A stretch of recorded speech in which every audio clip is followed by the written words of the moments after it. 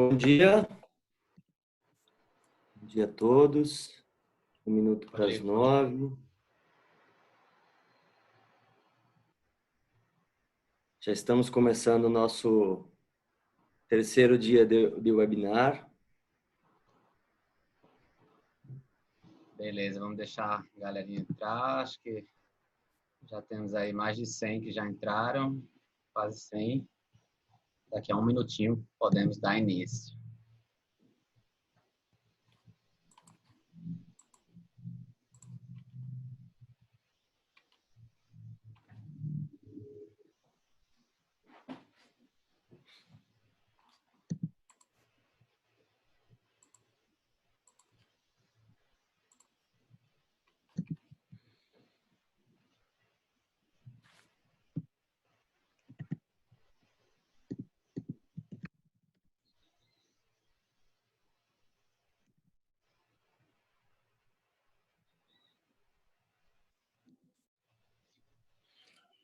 Rodrigo, na verdade, falando isso, eu já vou estar dando o aviso a todo mundo, porque todo mundo está ouvindo a gente. Mas, aliás, pode ligar a câmera se quiser, tá? Deixa eu ligar aqui também rapidinho, só para dar esse aviso, porque acabaram de surgir algumas dúvidas em relação ao link de inscrição. Algumas pessoas me perguntaram, porque na segunda aula o sistema mandou automaticamente um lembrete, e aí mandou o link novamente. E algumas pessoas vieram perguntar se não receberam, porque queriam o link para essa aula. Então, só para deixar claro para todo mundo que o link que todo mundo recebeu lá na primeira aula, na inscrição, na confirmação, serve para todos os webinars daqui para frente, tá? E eu cancelei o lembrete do sistema, porque acho que enchi a caixa de e-mail de todo mundo.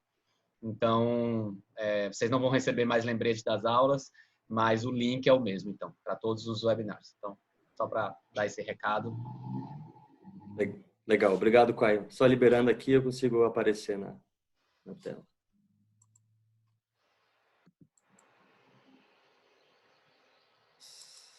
Você liberando aí eu consigo, se não me engano. Pronto, vê se você consegue agora e eu vou fechar aqui a minha. Bom dia para todo mundo. Senhores, bom dia, Caio. Obrigado pelos avisos. É muito legal participar aqui desse terceiro dia de webinar. Bom dia, Carol. Bom dia a todo mundo que está participando. Esse é o terceiro dia do mini curso, super engajado aqui, promovido pelo Laclima, pelo IX, com a certificação da PUC-Rio. Então, o primeiro lembrete que eu passo aqui para vocês é que, para que a gente consiga o certificado de 75% de participação mínima, então, isso é automaticamente, quando você participa do webinar, isso automaticamente é verificado, então, a participação mínima é de 75%.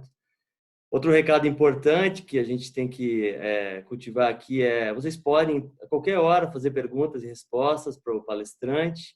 Então, inclusive durante a apresentação, nos 2 primeiros webinários, principalmente no primeiro, a gente acabou recebendo perguntas muito genéricas e tal, porque também o tema era um pouquinho mais amplo. Hoje o tema vai ser mais específico, então eu peço a gentileza, até para facilitar o nosso trabalho, a seleção de perguntas aqui, que vocês enviem perguntas um pouquinho mais estritas em relação ao tema. Os slides, eles vão ser disponibilizados para todo mundo, né, ao final do curso, todo mundo que participou aqui. E o vídeo é para quem está participando, então aproveitem, anotem, façam todas as anotações que acharem necessário. E assim, a gente também vai mandar material complementar para enriquecer ainda mais esse curso que já está muito legal. O tema é super importante, né? Quem vai falar desse tema nada mais nada menos do que minha amiga Caroline Prolo. Ela é head de um escritório que eu tenho muito carinho, Stock Forbes. Tenho trabalhado com bastante gente lá, consultora do think tank britânico, né, International Institute for Environmental Development, que assessora países vulneráveis às negociações da Convenção do Clima da ONU. É mestre em Direito Ambiental pela University College London, fundador do Laclima, do qual eu faço parte e tenho muito carinho de fazer parte, a rede de advogados de mudanças climáticas na América Latina. Meu nome é Rodrigo Slumins, que eu sou advogado, atuo com energias renováveis já há 15 anos, né? Pelo menos 10 exclusivamente com renováveis, energia eólica. Eu sou sócio do escritório Rolim Viotti Leite Campos, assessoro também a empresa Ato Energia. Agora não pode mexer ainda, que eu ainda não acabei. Pessoal que tiver, isso é importante aviso, quem tiver ouvindo e tal, puder colocar no mundo, eu agradeço. E eu participo com mais ênfase aqui no temas de mudanças climáticas já há uns 3 anos e inclusive dou aula no CEDIM de mudanças climáticas. O tema hoje, como eu falei, é super importante, não só porque ele é decisivo nesse ano, a Carol vai falar um pouquinho provavelmente do tema e as perguntas vão aparecer porque a COP26 foi cancelada, mas hoje né, nesse ano seria muito importante para o tema crédito de carbono, porque a COP26 era a COP onde isso deveria ser definitivamente resolvido, né, Carol?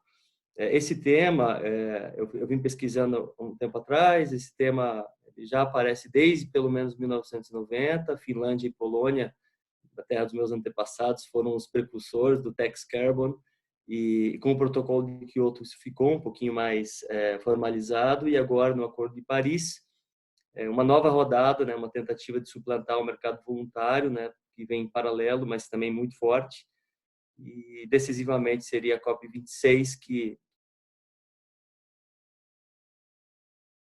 ativa pelo menos de termos essa regulamentação. Então, sem mais delongas, Carol, a palavra é sua, fique à vontade.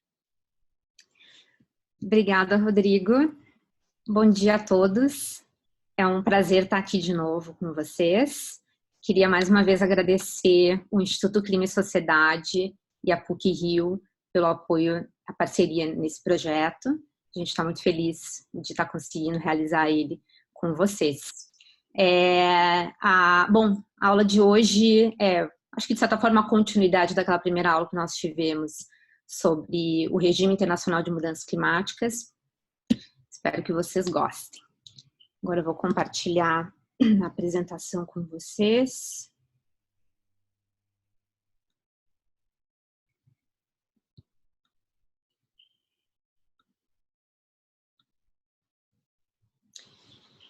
Ok. Dá para ver aí? Se eu conseguir me confirmar, Rodrigo? Ok. Bom, então o tema de hoje, eu acho que é ainda mais desafiador de ser resumido em uma aula de 40 minutos do que foi o outro, né?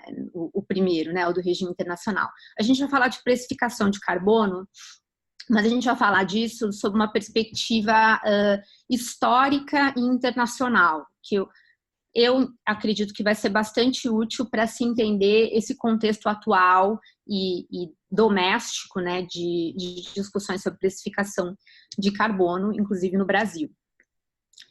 Então, mais uma vez aqui, vamos começar do começo, né? Como vocês devem lembrar, a gente falou na última aula, a Convenção Quadro da ONU sobre Mudança do Clima, em 1992, veio como esse grande tratado internacional, né? Um tratado praticamente universal, que hoje engloba 196 países, inclusive. A convenção, também acho que a gente falou sobre isso, é um tratado guarda-chuva. Ela serve mais para prever as diretrizes gerais, os princípios e um arcabouço de regras gerais sob as quais as ações de combate à mudança do clima pelos países deverão ser orientadas, né? Então, nesse contexto, vocês também devem lembrar dessa divisão aí de responsabilidade entre países desenvolvidos e em desenvolvimento, né? E como os países desenvolvidos assumiram um compromisso de liderar essas ações de combate à mudança do clima, devendo para isso limitar suas emissões, né? E esses países foram listados em um anexo da convenção, que ficou conhecido como anexo 1, de forma que os países que não fazem parte desse anexo são considerados os países em desenvolvimento e também vulgarmente como os países não anexo 1. E como nós falamos também, em 1997 foi assinado o Protocolo de Quioto para detalhar melhor esses compromissos de limitação de emissões dos países desenvolvidos.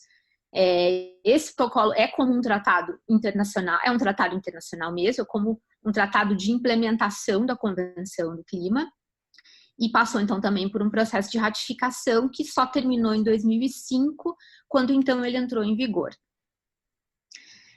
Bom, pois foi então a partir daí, do Protocolo de Quioto, que os países desenvolvidos assumiram essas metas quantificadas de limitação das suas emissões, né? Essas metas constaram, inclusive, de um anexo específico, que ficou chamado o anexo B, e a gente pode ver que as metas, elas são quantificadas na forma de um verdadeiro orçamento de carbono, né? Então, para isso, o que se fez? Se considerou, vocês podem ver aí na coluna da direita, que se considerou o patamar de emissões do país num determinado ano, que normalmente é na época, no ano de 1990, que foi anterior à convenção, e esse aplicou um percentual de redução sobre esse patamar. Então, o percentual, o resultado disso é um percentual resultante, que é a quantidade de percentual de emissões de carbono que esse país pode emitir por ano no período de compromisso, sempre levando em consideração aquele total ali daquela base de emissões no ano respectivo. Então, nesse sentido, a gente diz que o Protocolo de Quioto estabeleceu realmente um orçamento de carbono para cada país desenvolvido. Só para falar, acho que para elucidar um pouco mais essa questão de orçamento de carbono, acho que a gente pode considerar um orçamento de carbono como a quantidade de emissões permitida para um determinado emissor, né, em um determinado período. E essa quantidade é normalmente sendo medida em tonelada de carbono equivalente, né? Acho que para ilustrar é interessante também olhar para o orçamento de carbono de uma forma global, né? Então, é muito interessante que, e aí até, infelizmente, eu não coloquei a referência aí, depois eu posso passar, o PNUMA, que é a Agência Ambiental da ONU, faz um trabalho interessante todo ano que se chama Emissions Gap Report. É um relatório que analisa o que falta para nós cumprirmos o orçamento de carbono do planeta, né? Então, o que é esse orçamento de carbono do planeta? É o limite de quantidade de toneladas de carbono equivalente, né? Ao qual nós precisamos nos restringir para poder ficar abaixo daquele limite, daquele aumento de temperatura perigoso que é objeto do Acordo de Paris, né, os 2 graus Celsius, abaixo dos 2 graus Celsius com esforços para ficar abaixo, inclusive, de 1,5 grau. E o que entra num orçamento de carbono desses? Basicamente, todas as fontes de emissão de gases de efeito estufa, né? Então, aqui a gente vê a composição, eu trouxe, enfim, um dado só para elucidar de novo, a composição da participação de várias fontes de emissão, no caso do Brasil, isso com base nos dados do SEG, que é um sistema de, não sei se todo mundo conhece, o SEG é SEG, aí está a fonte embaixo, é um sistema de monitoramento de emissões no Brasil, uma iniciativa totalmente do terceiro setor brasileiro, né, com uma base de dados super interessante de vocês terem como referência. Eu acho que é um dos melhores receptáculos de informação, de base de dados mesmo de emissões no Brasil, e aí ajuda a gente a entender um pouco do que seria um orçamento de carbono do Brasil. Agora, voltando para o Protocolo de Quioto, né? Como eu disse, os países desenvolvidos, então, passaram a ter um orçamento de carbono a partir do Protocolo de Quioto. Esse orçamento era traduzido na forma de direitos de emissão, né? Que são as chamadas allowances. Não sei se todo mundo já ouviu essa expressão. No Protocolo de Quioto, essa allowance, ela ficou conhecida como AAU, que é Assigned Amount Unit. Então, o orçamento de carbono dos países desenvolvidos no Protocolo de Kyoto era composto por essas AUs, né, essas AAUs. E assim, por mais que essas metas aí tivessem sido acordadas pelos países desenvolvidos, para muitos deles seria desafiador cumprir essa cota, né, esse orçamento de emissões. Muitos deles vão precisar reduzir significativamente as suas emissões para se manter dentro desse respectivo orçamento, e isso teria, inclusive, um custo econômico. Já para outros países, havia mais oportunidades e maior viabilidade econômica de se reduzir essas emissões, né? Então, para permitir que os países pudessem trabalhar colaborativamente com essas suas eficiências e deficiências na redução das emissões, o protocolo previu 3 chamados mecanismos de flexibilização: o comércio de emissões, a implementação conjunta e o mecanismo de desenvolvimento limpo. Esses mecanismos, eles todos podiam ser utilizados pelos países desenvolvidos, mas devia ser de uma forma suplementar aquelas ações domésticas para que eles realmente reduzissem suas emissões e se mantivessem no orçamento. Ou seja, o país não podia utilizar essas estratégias todas para cumprir com todo o seu orçamento de carbono, né? Então, um conceito importante. O primeiro desses mecanismos é o comércio de emissões. O comércio de emissões é a possibilidade de os países, aí estamos falando de países desenvolvidos, né, que têm orçamentos de carbono, trocarem entre si os seus direitos de emissão, seus AUs, né? E isso conforme eles sejam mais ou menos eficientes na redução das suas emissões dentro de casa, né? Esse é o conceito do comércio de emissões. Ou seja, é sempre uma transferência. No caso do protocolo de Kyoto, a gente fala o conceito de comércio de emissões é necessariamente entre os países desenvolvidos que têm orçamento de carbono, desculpa se eu estou sendo repetitiva nisso, e nesse contexto, então, um país desenvolvido transferia um direito de emissão para o outro país desenvolvido, de uma maneira que o direito de emissão saía de um país e para integrar do orçamento de um país para integrar o orçamento do outro. Além disso, os países desenvolvidos eles podiam também gerar créditos, gerar unidades de redução de emissões através de projetos de redução de emissões. E esses créditos, então, poderiam ser usados por outros países desenvolvidos para que eles possam cumprir aquele seu orçamento de carbono, né? Ou seja, os países podiam usar créditos de carbono de projetos como equivalentes aos direitos de emissão válidos para cumprimento dos seus orçamentos de carbono. Então, dessa forma, até eu fiz vocês estão vendo esse gráfico de pizza aqui repetidas vezes, né, com os AUs e os offsets, para vocês perceberem que além que um orçamento de carbono ele podia ter, além de allowances, também offsets, que são justamente esses créditos de carbono vindos de projetos estranhos aí ao comércio de emissões. Então, aqui também a gente vê que a transferência, aí de novo, ocorre sempre entre países desenvolvidos,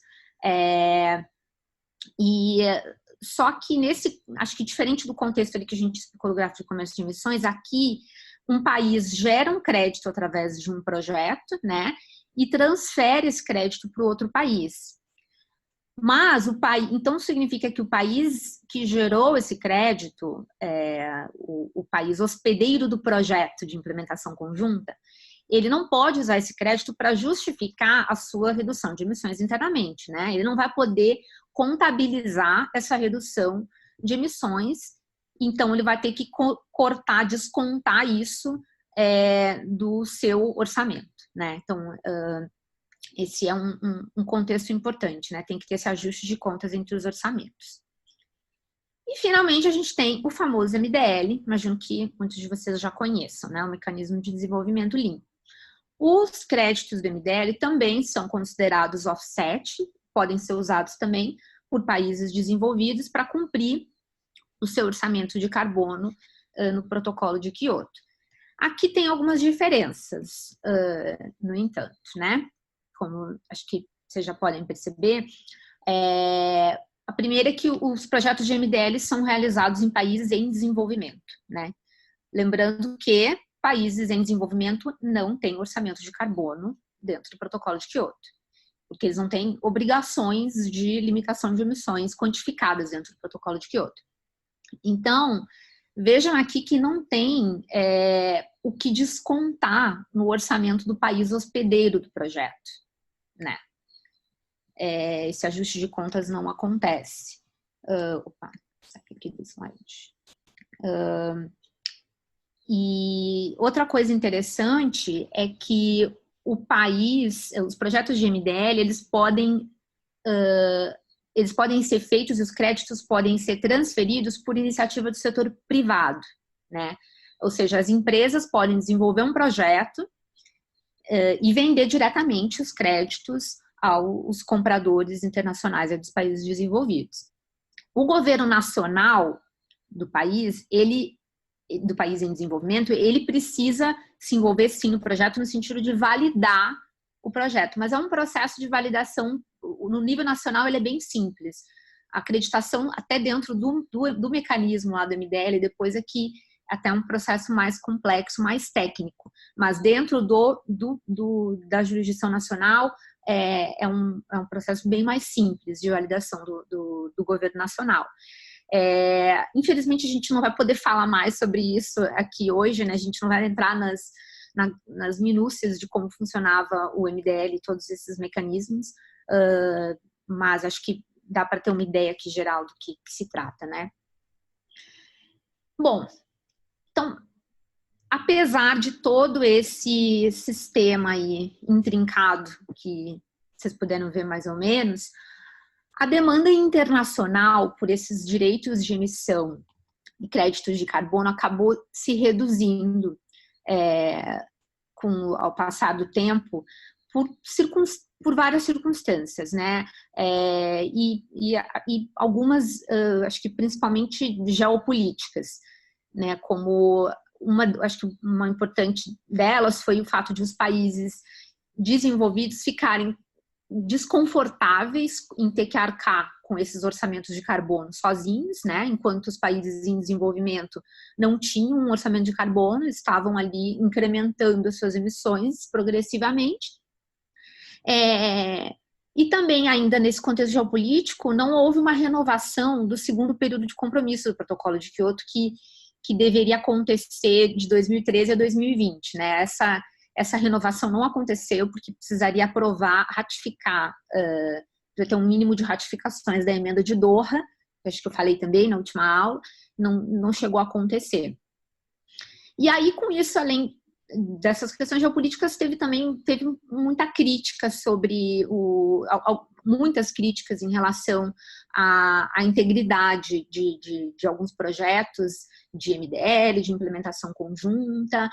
Teve um contexto do funcionamento de outros mercados regionais, o próprio mercado da União Europeia, que acabou tendo enfim, uma alocação grande de créditos e já ficou com a demanda restrita por um tempo. Então, teve todo um contexto, e no contexto das negociações do regime internacional, isso tudo acabou levando, inclusive, a uma repactuação do regime internacional, e em 2011 se começou a iniciar uma negociação para um novo acordo global de clima para suceder o Protocolo de Quioto. Esse foi o Acordo de Paris.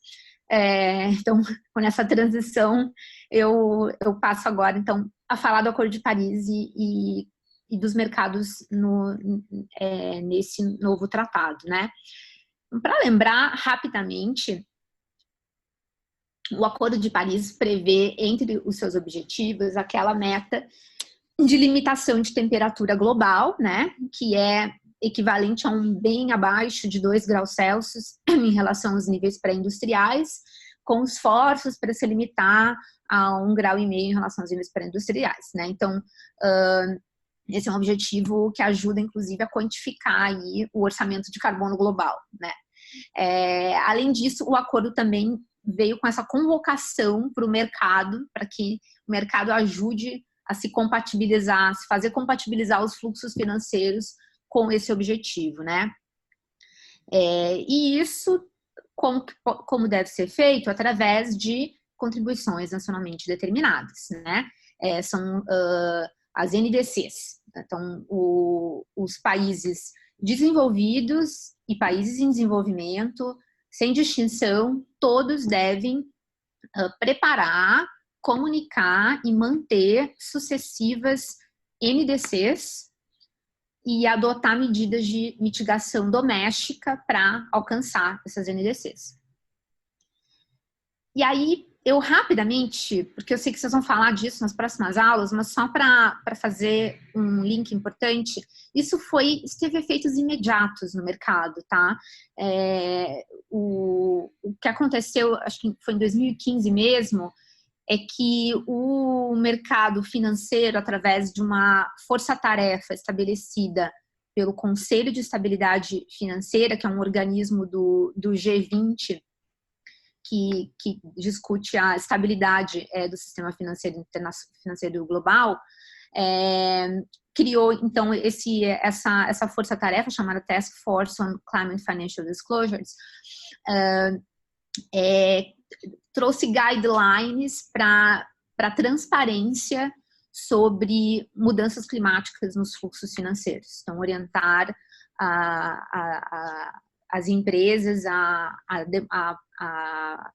ter mais transparência sobre os riscos e as oportunidades de mudanças climáticas nos seus resultados financeiros, para uma maior transparência para o investimento.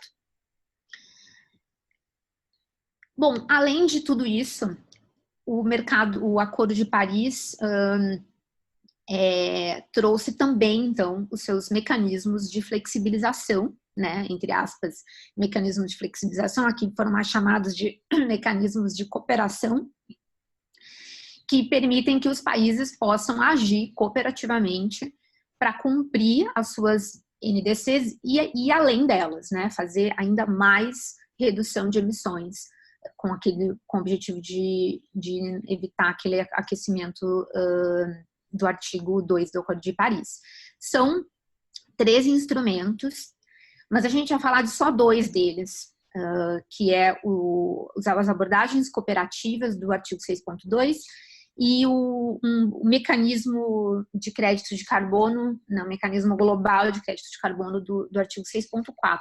As abordagens não mercadológicas não vai dar para falar dessa vez, mas eu fico à disposição para esclarecer dúvidas em outro momento.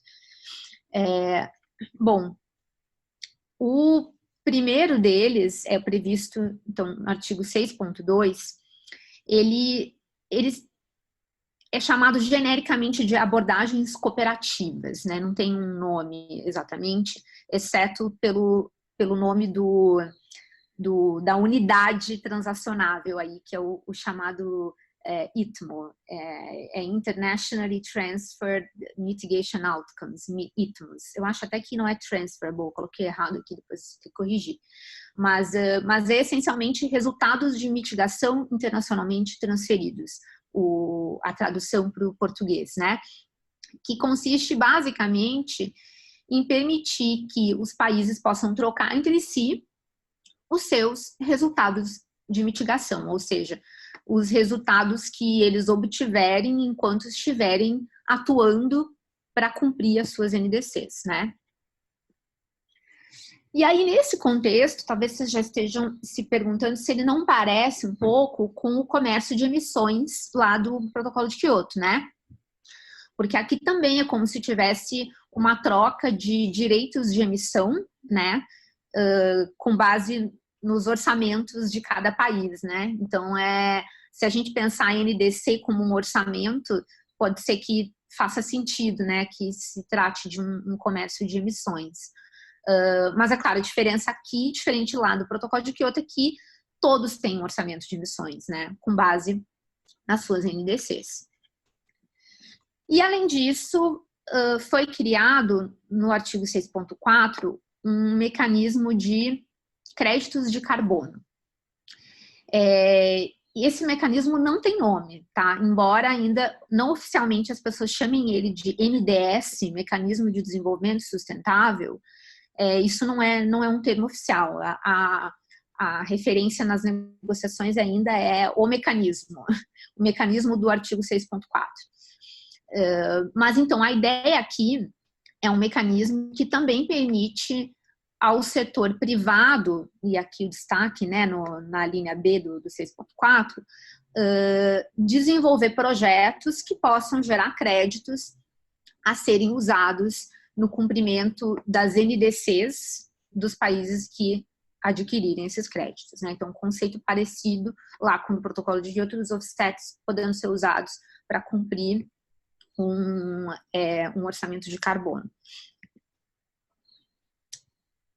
Então, eu acho que já também ficou claro que ele se parece muito com o MDL, né? Toda a lógica foi, inclusive, durante as negociações lá em Paris, foi muito pensada para isso pelo próprio governo brasileiro, que tinha muito interesse em continuar, em manter esse mesmo modelo, né?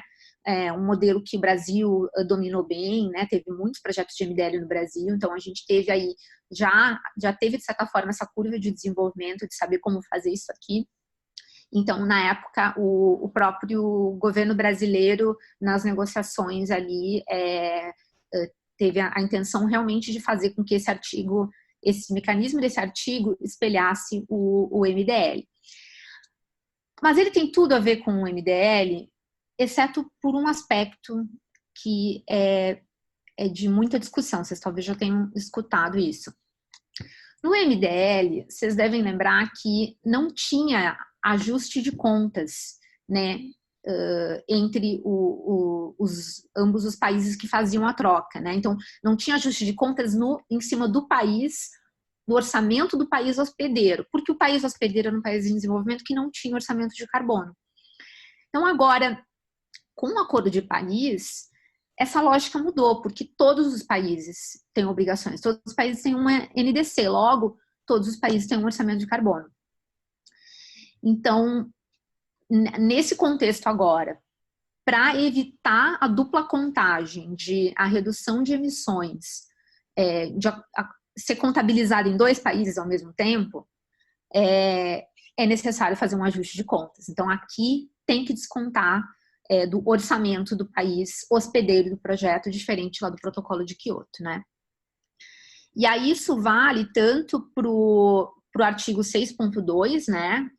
O país que gera esse ITMO a partir dos seus resultados de mitigação da sua NDC, né? Então, ao cumprir a NDC, ele gera ITMO. E só para fazer um parênteses aqui, pessoal, tudo isso que eu estou dizendo agora é uma interpretação do que está acontecendo também nas negociações, mas a gente já vai falar logo mais que isso não está definido, né? Não foi ainda regulamentado esses mercados, então a gente ainda não tem ainda uma definição de como vai funcionar essas transferências, né? Tudo que eu estou dizendo para vocês ainda é um pouco especulativo. Mas, de qualquer forma, acho que o que dá para se dizer aqui é que no caminhar das discussões, ajustes correspondentes, ou seja, o ajuste de contas aí para se evitar a dupla contagem entre o país que gera um ITMO dentro do artigo 6.2 e o transfere para um outro país que o utiliza para comprovar o cumprimento da sua NDC, ou seja, o cumprimento do seu orçamento de carbono, esse ajuste precisa ser feito para evitar essa dupla contagem, para que o sistema tenha integridade. Da mesma forma, no 6.4, dentro da lógica do mecanismo, o racional é o mesmo, né?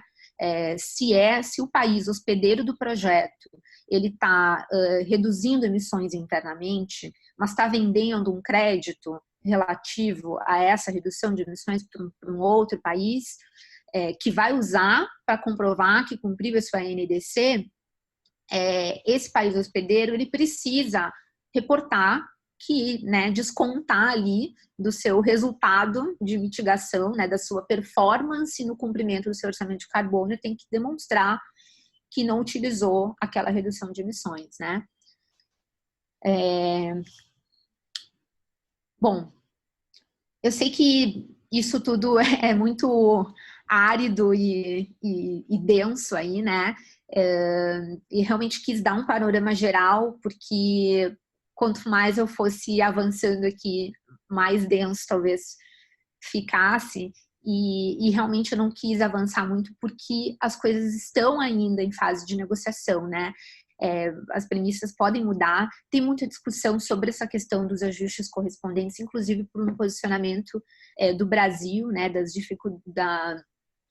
dificuldades aí de se fazer esse tipo de ajuste correspondente no Brasil. A gente tem que pensar aqui que tem uma série de desafios aí para fazer um mercado desses ser efetivamente global e funcional, e funcionar, né, de verdade.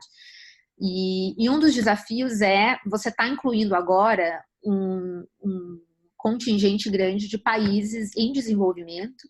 E aí, claro, o Brasil é um deles, mas a gente não pode esquecer que vem aí também países muito mais pobres e vulneráveis, que têm pouco histórico, experiência com mercados de carbono, mas esses países querem participar também do mercado e talvez eles, né, seja justo que eles participem também. Como você faz, então, para criar regras de mercado que, ao mesmo tempo que garantam a integridade dessas trocas, né? E integridade, como é que você garante integridade? Com transparência, com dados, com contabilidade, com relato. E isso tudo é muito difícil para os países em desenvolvimento, para os mais pobres nem se fala, mas até difícil para o Brasil, né? Se você for pensar em maturidade aí do nosso sistema de relato nacional.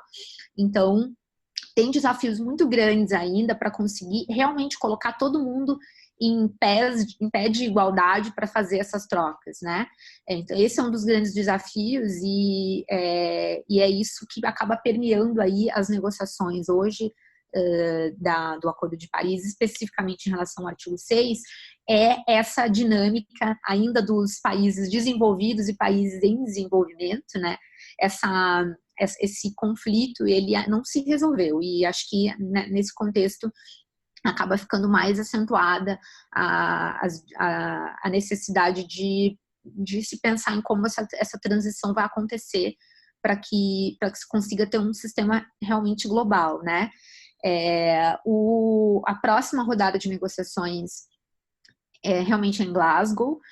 Isso é para ser a rodada, se espera que seja a rodada final, né? Teve muitas idas e vindas, já era para esse tema ter sido decidido em Katowice em 2018, né? Mas acabou não acontecendo, inclusive até o Brasil teve uma oposição nisso, porque entendeu que não estavam sendo justas as regras naquele momento. Então, assim, é muito difícil equilibrar todos os interesses de todas essas economias tão discrepantes, né? E por isso, então, que tem levado muito tempo para essa negociação conseguir se firmar e tudo, enfim, não tem nenhuma garantia de que vai acontecer em Glasgow, mas tem muita vontade política, muitos atores do mercado participando das negociações. Então, agora em Madrid foi muito interessante ver como os atores do mercado estavam presentes. Tem muitas instituições aí realmente se posicionando, se manifestando junto aos governos para ver como elas podem ajudar a fazer com que a negociação ande para esse mercado passar a valer de uma vez por todas e esses ativos começarem a serem incorporados definitivamente no mercado global. No Brasil, eu também não vou conseguir falar muito sobre o andamento das coisas, mas essa agenda de precificação de carbono está avançando. graças a um projeto patrocinado pelo Banco Mundial, o chamado PMR, ou Partnership for Market Readiness. O Banco Mundial tem feito esse trabalho em vários outros países em desenvolvimento. E nesse trabalho vem sendo desenvolvidos vários cenários né, econômicos, macroeconômicos, e análises sobre as diferentes formas de precificação de carbono, a viabilidade delas, considerada a conjuntura brasileira. E, ao final do dia, isso se resume basicamente em duas opções, ou três, aí, se a gente considerar que tem o híbrido, né, que é tributar o carbono ou criar um mercado de comércio de emissões, ou um híbrido, que seria considerando estratégias diferentes para os diversos setores, né? Na experiência do mercado internacional, a gente vê que alguns países vêm trabalhando com... Muitos países vêm fazendo esse híbrido, inclusive, de taxar alguns setores e estabelecer mercado para os outros. Acho que uma experiência é a União Europeia, que foi uma das precursoras em estabelecer um mercado, um sistema de comércio de emissões regional, né, para todos os países membros, e fez isso desde a época do protocolo de Kyoto, justamente para conseguir cumprir com o seu orçamento de carbono em Kyoto, né? E fez isso considerando alguns setores específicos da economia, basicamente de indústria e setor elétrico também. No Brasil, a gente está avançando, enfim, a recomendação aí do PMR no sentido de estabelecer um modelo de sistema de comércio de emissões, primeiramente focado em algumas indústrias, né? Indústrias de emissões por combustão. Então, basicamente indústria de transformação, né? E aí com outros setores sendo regulados por outros instrumentos, ou enfim, ainda, ou pelo menos não, nesse primeiro momento, não estando dentro do foco aí de um mercado de carbono, que é uma experiência que, como eu disse, a gente vê em outros países também. A União Europeia também começou menor e foi aumentando o escopo. Então, infelizmente, eu não vou poder falar mais disso aqui hoje por causa do tempo, mas o Fórum Brasileiro de Mudança do Clima tem acompanhado essas discussões do PMR, para quem tiver interesse em ter mais informações também, se aprofundar. Acho que é um bom canal de troca de informação sobre isso. E também tem acesso aos materiais de estudo do PMR, que podem ser compartilhados. No PMR, isso está avançando para se entregar um relatório final de recomendação para o governo brasileiro. E aí a gente vai ver, claro, que o cenário todo é muito incerto do ponto de vista político e de Covid, mas é interessante ver que essa agenda está avançando, e acho que num momento importante, pelo menos do contexto internacional, né, nesse momento em que vai se definir as regras dos mercados do Acordo de Paris, realmente é importante que no Brasil a gente tenha clareza sobre de que forma a gente participa desse mercado, né? Então a gente, enfim, pode estabelecer um sistema um comércio de emissões interno das indústrias brasileiras, que vão nos permitir cumprir a nossa NDC e eventualmente participar desses mercados. De que forma a gente pode fazer isso? De que forma a gente pode estipular esse mercado e fazer com que esse mercado possa se vincular aos instrumentos de mercado do Acordo de Paris. Então, essas são reflexões que a gente vai continuar tendo por muito tempo. Daria para fazer um curso inteiro só disso. Mas, enfim, eu vou encerrando por aqui. Espero que essa tenha sido uma conversa produtiva para vocês. Eu sei que esse assunto é denso, eu só consegui tangenciar ele aqui, mas acho que já dá para ter um panorama geral, né, sobre o assunto. E quinta-feira, na próxima aula, a gente vai falar mais sobre precificação de carbono, mais no contexto das empresas, da governança corporativa, e aí acho que também vai ter uns bons links com o que foi dito aqui nesse panorama geral internacional. Muito obrigada a todos e fico à disposição para as perguntas agora. Obrigado, Carol. Como sempre, ótima apresentação, um tema super complicado, super complicado. A gente vem acompanhando juntos aí na COP em Katowice, na COP em Madrid, como que as negociações foram aos poucos elevando o tom e realmente a gente, infelizmente, não conseguiu ainda chegar num denominador comum. Eu vou te fazer uma primeira pergunta, tá, pessoal? E eu reitero para todo mundo que queira fazer perguntas para a Carol no Q&A sobre créditos de carbono, fiquem à vontade, a gente vai selecionar todas as perguntas que for possíveis em relação ao tema. A minha primeira pergunta para você, Carol, é uma pergunta mais ampla, você já respondeu um pouquinho no final, mas é o que a gente já tem conversado e eu acho que vale o debate aqui para todo mundo, é como você vê esse ambiente político global, né, para, de fato, deslanchar o mercado de carbono.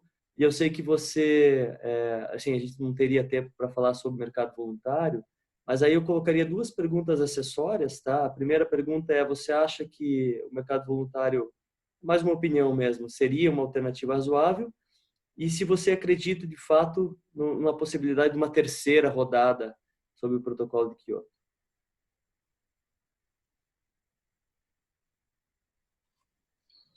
Obrigada, Rodrigo. Bom, primeira pergunta sobre o ambiente político global. Nossa, é muito difícil de responder, né? Acho que a gente nunca esteve num contexto de tanta incerteza, né? Qualquer um que faça previsões aqui está se arriscando a falar bobagem. Eu acho que a gente, por mais que tenha essas incertezas todas, tem que também ter presente que tem oportunidades dentro dessas incertezas, né? Acho que a redução de emissões que a gente vai experimentar agora por causa da retração da economia tem um aspecto positivo, né? Enfim, de mostrar que a gente talvez consiga viver uma economia de menos emissões de carbono, né? Não sei como a gente vai passar, como a gente vai sobreviver a isso, mas talvez, no final das contas, a gente veja que é possível, né? Porque acho que um dos grandes problemas da transição para a economia de baixo carbono é o custo dessa transição. Mas se a gente... enfim, é um custo que todos os economistas climáticos já tinham advertido, né? Esse custo existe e em algum momento a gente vai ter que pagar ele. Talvez agora a gente esteja começando a pagar isso. Então, acho que trazer essa narrativa para dentro das ações, da política climática nesse momento da crise é importante, né? Que é uma conta que a União Europeia está fazendo, inclusive, né? A gente viu que os ministros de meio ambiente da União Europeia, 13 deles fizeram uma carta né, clamando aí pela manutenção do plano de se fazer um Green New Deal que tem um componente climático junto, para que não se perca isso de vista, ainda que se esteja enfrentando a crise do Covid. Então, acho que é um desafio de como a gente vai fazer as duas coisas juntas, vai retomar o crescimento e fazendo isso de uma forma menos carbono intensiva possível, mas deve ser possível, né? E acho que cabe a gente se esforçar para isso. Sobre o mercado voluntário, bom, a grande questão dele, acho que é como o Acordo de Paris conseguiria, eventualmente, tirar eles da voluntariedade, né? Incorporá-los. Então, assim, me parece que, pelo menos nas negociações ali, tem uma avenida que se considera de eles poderem ser capturados dentro do artigo 6.2, né? Então, dentro desse contexto de um comércio de emissões global, você já considerar os mercados domésticos voluntários que já tenham aí, obviamente, né, se estruturado, já estejam em andamento e possam ser capturados dentro desse sistema. Então, eu sei que dentro das negociações, tem gente que está querendo fazer eles caberem dentro do artigo 6.2, né? Só para esclarecer, quando a gente fala em mercado voluntário, essencialmente mercados de carbono que são instituídos num nível regional, nacional, subnacional, menor, né? Mas que não estão vinculados a nenhuma obrigação de limitação de emissões. Então, basicamente, a demanda por esses créditos desses mercados vem de empresas que voluntariamente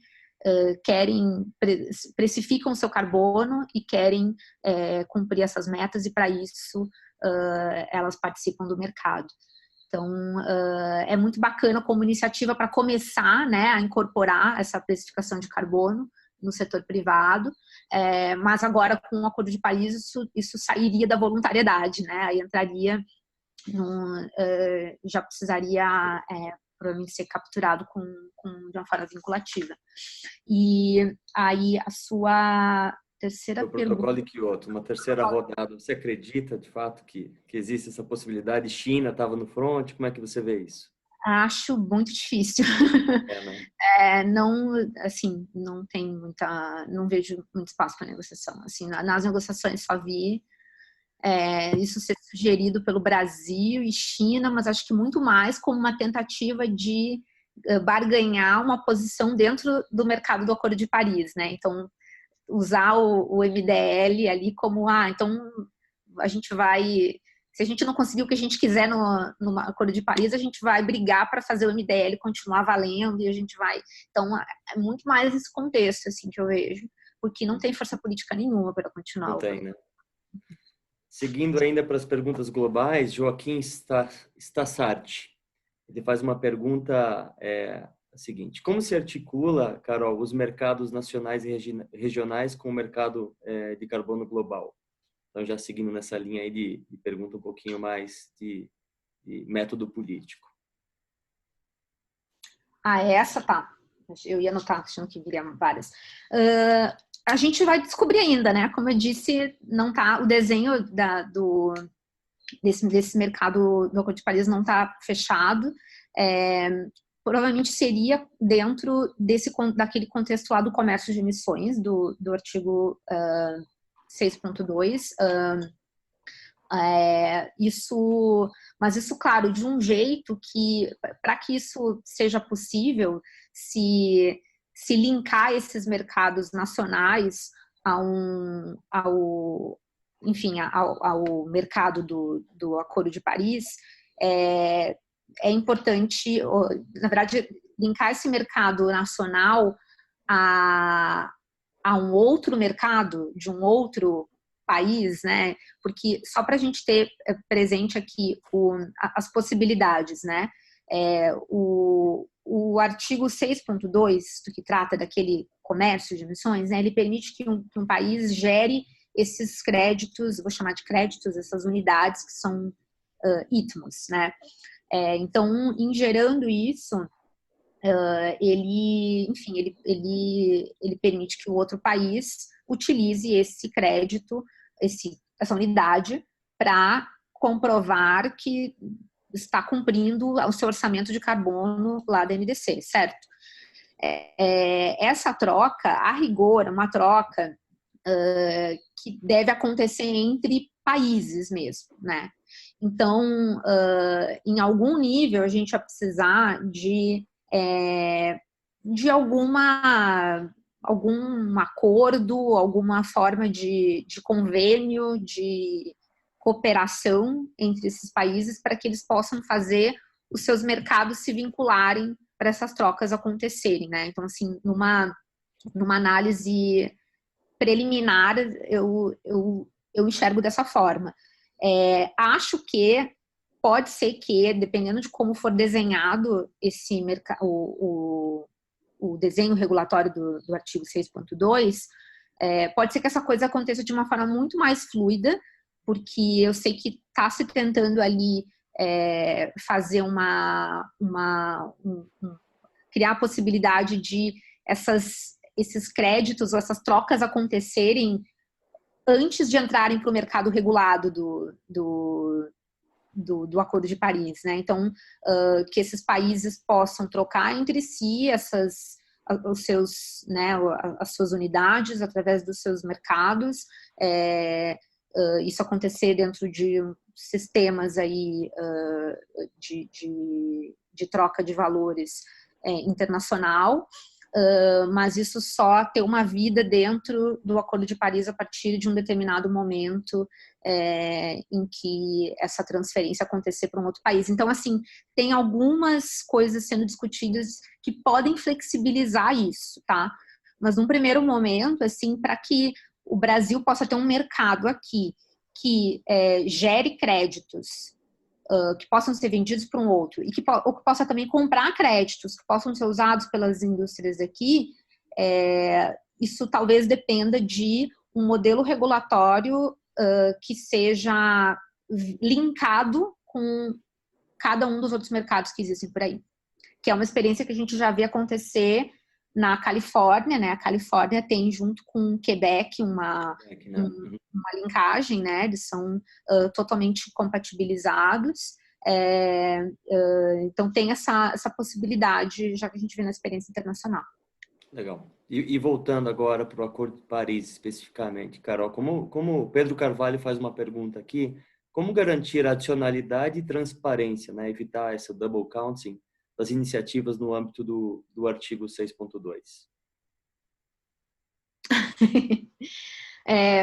Não, é uma excelente pergunta. Difícil, porque aí entra num nível técnico que eu não sei se eu consigo responder. Assim, como você garante isso? Assim, resposta fácil o que eu posso dar você precisa ter sistemas de relato bem feitos e consistentes ali, padronizados, obviamente, e de forma que seja possível realmente aferir fazer todo o traceado do caminho que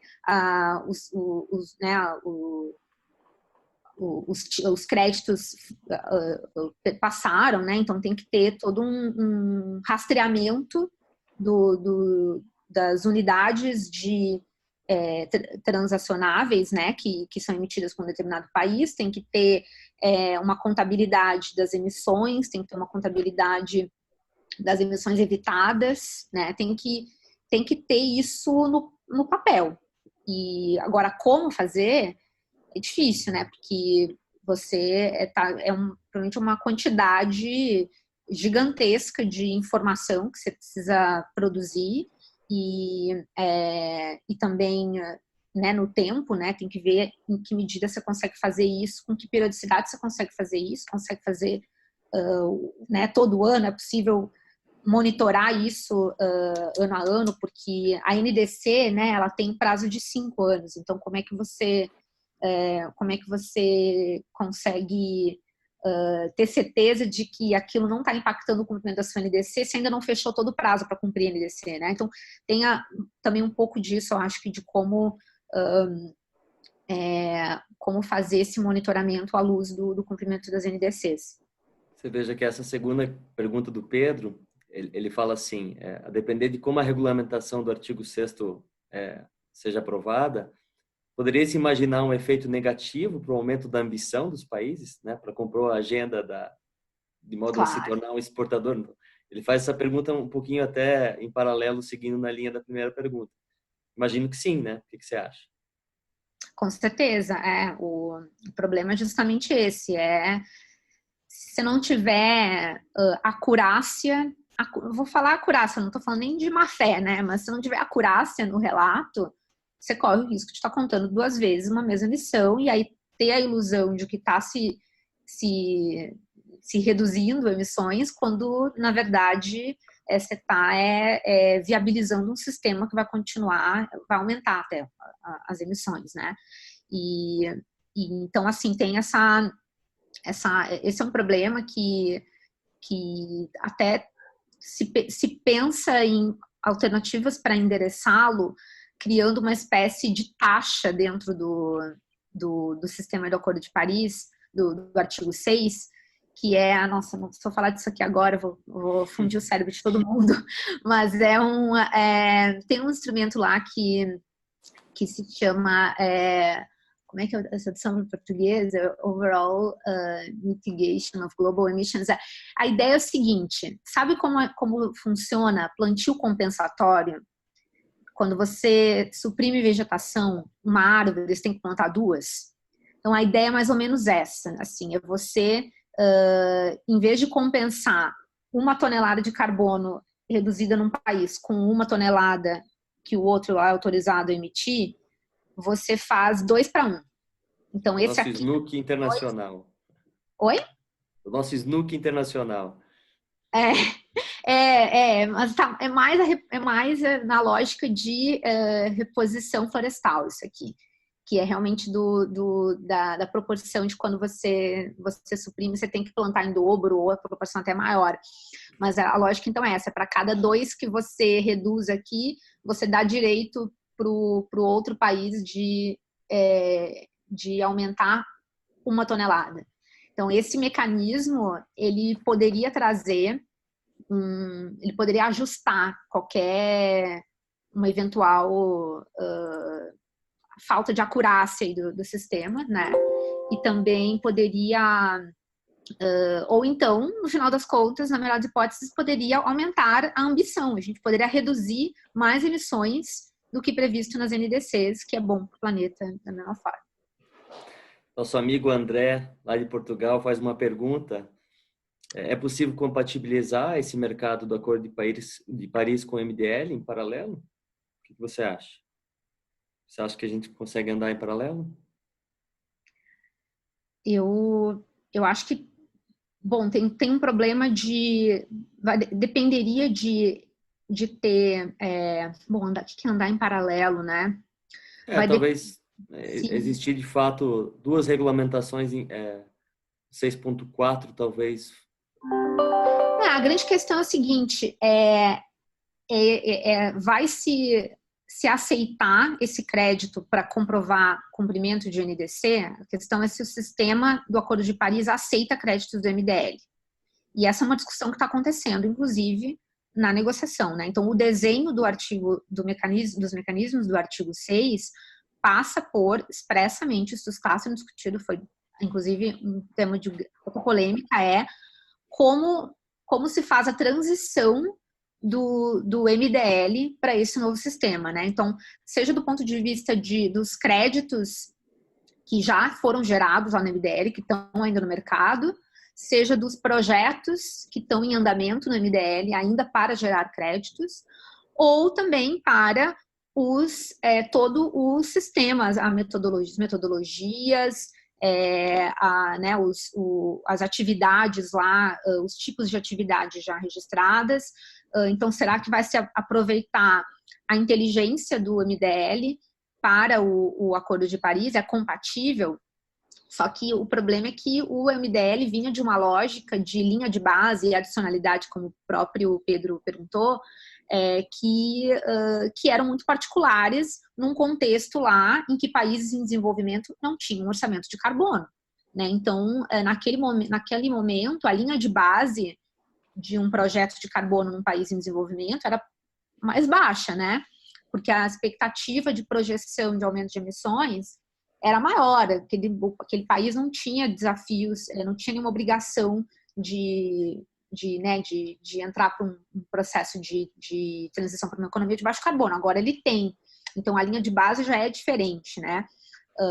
Então, nesse sentido, tem muita discussão sobre se você trouxer os créditos e os projetos em andamento do MDL, você vai ter que ajustar ele à nova realidade. Vai ter que reajustar a linha de base. Aquela linha de base já não pode mais valer, porque senão você está gerando créditos com base numa projeção irreal, que não faz mais sentido. E aí sim você está gerando créditos que talvez não tenham integridade mesmo, né? E acabem até aumentando a oferta de créditos no mercado e fazendo com isso que aumente as emissões. O pessoal confunde um pouco, Carol. Acho que a gente podia tentar explicar um pouquinho para eles. Tem algumas perguntas nesse sentido. O que o RenovaBio tem a ver com crédito de carbono? Tá? Então, a pergunta do David Souza Martins é sobre crédito de carbono em NDC. Como você entende o CBIO estabelecido pela lei RenovaBio? Você acredita que esse tipo de crédito é maduro o suficiente? E aí, seguindo na linha da mesma pergunta, a Ana, ver se eu acho aqui, faz uma pergunta um pouquinho mais completa. Só um pouquinho. Tendo em vista a criação dos CBIOS, né, crédito de descarbonização, a partir de abril desse ano, a serem negociados no balcão, na B3, com a intermediação de corretoras e bancos, seu objetivo é, de fato, atender, na sua opinião, Carol, atender essa previsão do mercado de carbono previsto no Acordo Internacional? Você acha, você imagina, né, que a gente terá um outro tipo de ativo financeiro, algum derivativo para a negociação de créditos? Essa é uma pergunta da Ana Carolina de Mello e Souza. Bom, o Renova Bio é uma iniciativa super bacana, né? E bem sofisticada aí que se trouxe aqui para o Brasil. É uma experiência bem particular, acho que tem semelhante a ela só a Califórnia tem uma experiência parecida, mas é uma lógica um pouco diferente, né? Do que a gente estava discutindo agora de comércio de emissões. Até num primeiro momento, o Renova Bio nem estaria dentro daquele... Ele é um mercado paralelo àquele mercado de comércio de emissões que o próprio PMR está propondo para o Brasil, né? Então, o Brasil, nas emissões das indústrias, da indústria de transformação, teria um mercado de comércio de emissões, e o Renova Bio é um mercado à parte só para o setor de transportes, né? Então, acho que essa é uma primeira distinção. Aí, como isso entraria dentro do contexto de um mercado do Acordo de Paris, acho que isso vai depender muito das mesmas dificuldades que eu já expus aí, que é de a gente entender como linkar os nossos mercados aqui com outros mercados internacionais. Né? Então, num contexto do 6.2, será que a gente vai precisar ter algum convênio com outros países para poder vender os nossos resultados de mitigação? E os créditos do Renova Bio, os CBIOS, talvez até eles possam se qualificar como um resultado de mitigação, né? Se você for pensar, talvez, acho que entrasse dentro dessa concepção, né? E aí, nesse contexto, será que a gente poderia trocar, transferir para outros países no contexto do 6.2? A princípio, até parece que sim. A forma como isso aconteceria, aí a gente só vai saber mesmo conforme avançar as negociações. Mas acho que, assim, tem muito potencial, com certeza, o Renova Bio.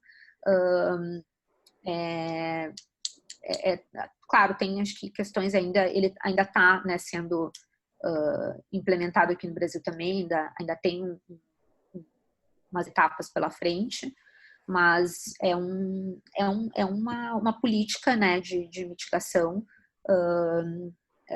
que realmente reduz a intensidade de carbono do setor de transportes. Super relevante. Você acha, Carol, na linha da pergunta da Ana, que a gente terá possivelmente alguns derivativos, alguns outros instrumentos financeiros que lastreiem esse tipo de crédito? Aí também vai depender da criatividade do nosso mercado aqui, vai depender dos desenhos regulatórios aí que esse mercado tiver aqui no Brasil, né? Que acho que é um próximo passo aí que a gente deve ver do PMR, né? Como isso vai avançar depois de... Enfim, então tem que se criar talvez um mercado ainda antes. Sem dúvida, acho que uma coisa que é importante ter presente para todo mundo, o Brasil não consegue, as empresas brasileiras, os atores de mercado brasileiro, eles precisam do governo federal para conseguir realmente se vincular melhor a esses mercados do Acordo de Paris, tá? Vai ser, com exceção ali do 6.4, que é um mecanismo parecido com o MDL, que tem mais protagonismo do setor privado, né? Mesmo assim, mesmo 6.4, mesmo que seja aprovado né, toda uma regulamentação do artigo 6 aconteça agora em Glasgow, ela passa, né, pelo o 6.4 vai passar pelo governo brasileiro também, pelo governo federal, a aprovação desses projetos. Então, precisa muito mesmo da articulação do governo federal para viabilizar esses mercados, né? E aí, nesse contexto aí, a capacidade de, enfim, se pensar em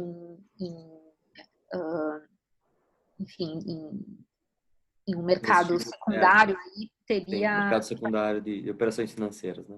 Vai depender de a gente ter as evidências aqui né, da regulamentação nacional de que existe mesmo esse lastro de que esse mercado está acontecendo. Então, precisa realmente que o governo federal adote ações concretas, né? Então, daí a importância do setor privado, se ele quer realmente participar desse mercado, se ele tem interesse nas oportunidades enormes, né, que devem existir por trás dele, de se articular com o governo federal para fazer isso acontecer. Legal. Pessoal, a gente está recebendo bastante pergunta aqui, perguntas sobre mercado, como é que funciona emissão para o setor de aviação, algumas pessoas perguntando sobre uma abordagem mais mercadológica. Só para deixar claro que a gente vai ter mais um webinar falando sobre carbono, tá? E aí aqui a Carol tentou trazer um panorama um overview um pouquinho maior sobre o que é o mercado de carbono no mundo, como a regulamentação tem sido colocada. Então, a gente está escolhendo as perguntas um pouquinho mais nessa linha, tá bom? E uma das perguntas que eu acho que o pessoal gostaria de saber, Carol, como é que fica o mercado de carbono nos Estados Unidos?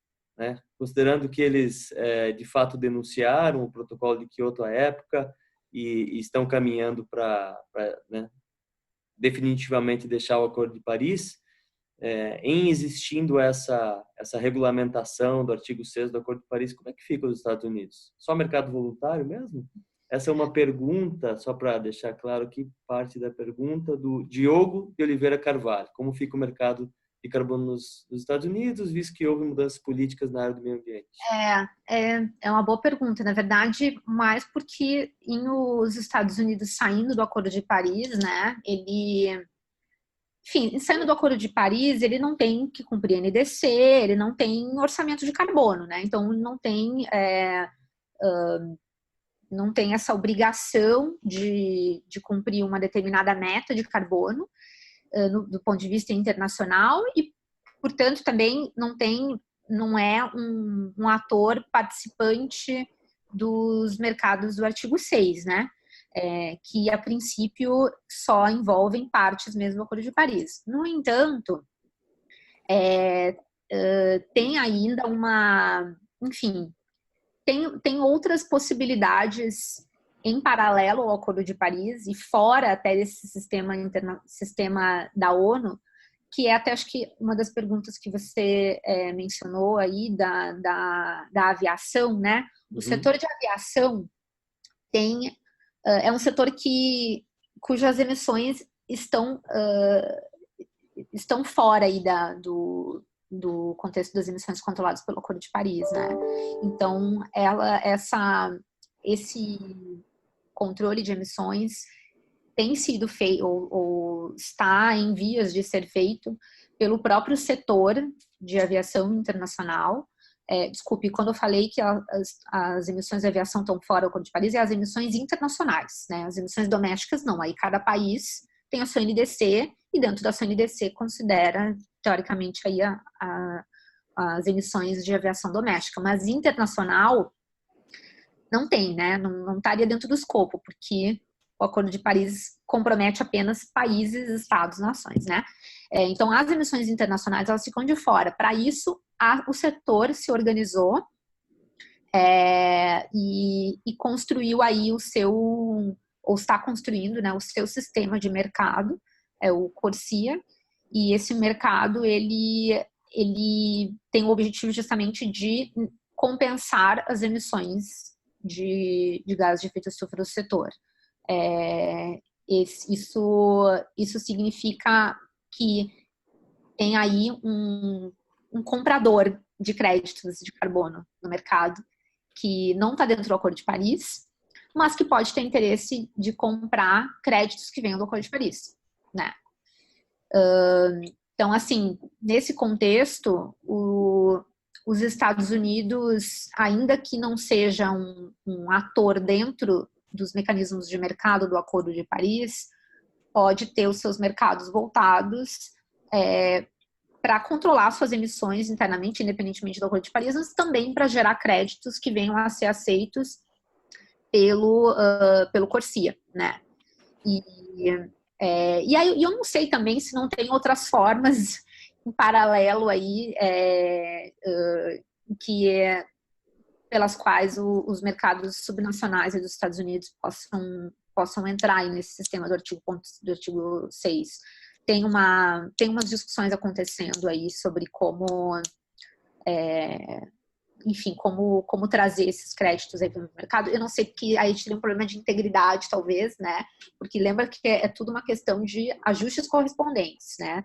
Esse ajuste de contas tem que ser feito e então até que ponto você consegue trazer um ator de fora, né? Que você não tem ali como mensurar o impacto que ele está causando de redução de emissões, não sei o quão viável isso é, mas tem essa possibilidade que eu mencionei do Corsia e eventuais outros organismos. As emissões de navegação marítima também são outro potencial. Legal. Já caminhando para o nosso final aqui, Carol, uma última pergunta, aí você pode responder e depois fazer o teu fechamento. A Beatriz Peg faz a pergunta no sentido de que como essa discussão de mercado de carbono se relaciona com as discussões de perdas e danos, loss and damage. Você consegue correlacionar um pouquinho? Não sei se eu consigo, gente. Na verdade, assim, tá. Peraí. Vou fazer uma correlação que não é bem com perdas e danos, mas com adaptação. Será que serve para mim? Beatriz? Sim, acho que é mais ou menos o que ela está buscando, né? Como que os países se adaptariam à estrutura de mercado de carbono em relação às suas NDCs? Essa é uma pergunta diferente. Não, mas a pergunta é essa, como o mercado de carbono se relaciona com as discussões de perdas e danos. Tá. Bom, eu vou fazer a abordagem do ponto de vista da adaptação, tá? Que é o seguinte, o protocolo de Kyoto, o MDL no protocolo de Kyoto, ele tinha uma cobrança de uma taxa de 2% dos lucros obtidos com a venda dos créditos de carbono que iam para um fundo de adaptação. Então, era super legal, porque você conseguia, ao mesmo tempo em que permite a compensação das emissões, né, de uma forma que, né, a MDL, os países em desenvolvimento, faziam projetos, então eles mesmos estavam caminhando para o desenvolvimento sustentável ali, e além de tudo, além de você mitigar, você conseguia também contribuir para a adaptação, porque esse fundo de adaptação depois era destinado a projetos de construção de resiliência, de adaptação às mudanças do clima em países vulneráveis, países pobres, que inclusive participam, né, porque o fundo ainda existe, de uma forma bem direta na destinação desses recursos, né, no sistema de governança desse fundo de adaptação. Então, esse é um fundo muito bem sucedido no protocolo de Kyoto e que se tentou trazer essa mesma lógica para o Acordo de Paris. Então, tem uma discussão toda sobre, que também foi uma hora polêmica e é super difícil porque nos países desenvolvidos isso onera muito o crédito de carbono, né? Você cobrar essa taxa a mais, mas ela está sendo discutida aqui também no contexto do Acordo de Paris. Como você pode, além de fazer mitigação de mudança do clima com o mercado de carbono, também ajudar a adaptação através de destinação de uma repartição de lucros, um percentual de repartição de lucros para um fundo voltado à adaptação em países vulneráveis. Então, esse é um fundo para adaptação, não é exatamente para perdas e danos, mas tem também essa acho que, característica aí de ajudar os países mais vulneráveis que já estão sofrendo os efeitos das mudanças climáticas. Super legal, a gente consegue fazer esse paralelo assim. Carol, muito obrigado, né? Super apresentação, super esclarecimentos. Pessoal, infelizmente a gente não conseguiu passar por todas as perguntas, a gente passou do nosso tempo aqui. Um agradecimento também especial ao Ix, na pessoa do Caio, à PUC-Rio por todo o apoio e todos os nossos colaboradores do La Clima, que também têm apoiado muito a divulgação desse evento e todo o trabalho em paralelo. Então, de novo, Carol, obrigado. Obrigado a todos que participaram. Então, na quinta-feira, a gente tem a continuidade desse webinar. Esperamos todos lá. Obrigada, gente.